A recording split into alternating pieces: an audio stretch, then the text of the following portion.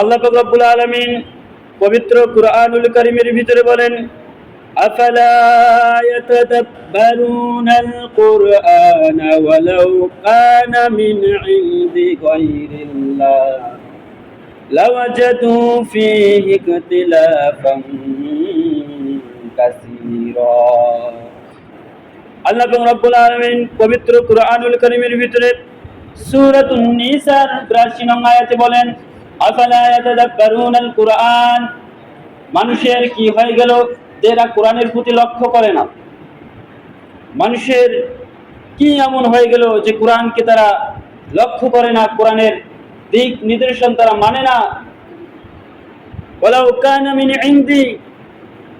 ইনদি গায়রিল্লাহ, যদি এটা আল্লাহর পক্ষ ব্যতীত অন্য কারো পক্ষ থেকে এই কোরআন নাজিল হইতো, তাহলে আল্লাহ বলছেন লাওয়াজাদু ফীহি ইখতিলাফান কাসীরা।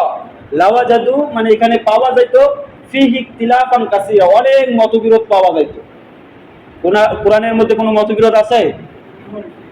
কোনো মতবিরোধ নাই। তো আল্লাহ পাক রব্বুল আলামিন কোরআনের শুরুতেই বলছেন যে জালিকাল কিতাবুল লা রাইবা ফীহি হুদাল লিল মুত্তাকিন, এটা এমন একটা কিতাব যেটার মধ্যে কোনো সন্দেহ